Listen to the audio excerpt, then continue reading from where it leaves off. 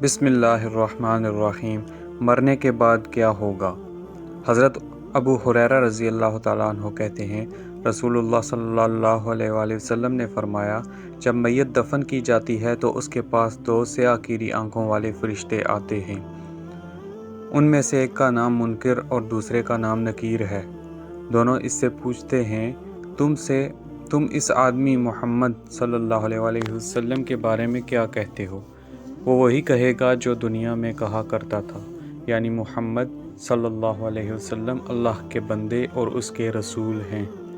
मैं गवाही देता हूँ कि अल्लाह के सिवा कोई इलाह नहीं और मोहम्मद सलाम उसके बंदे और रसूल हैं।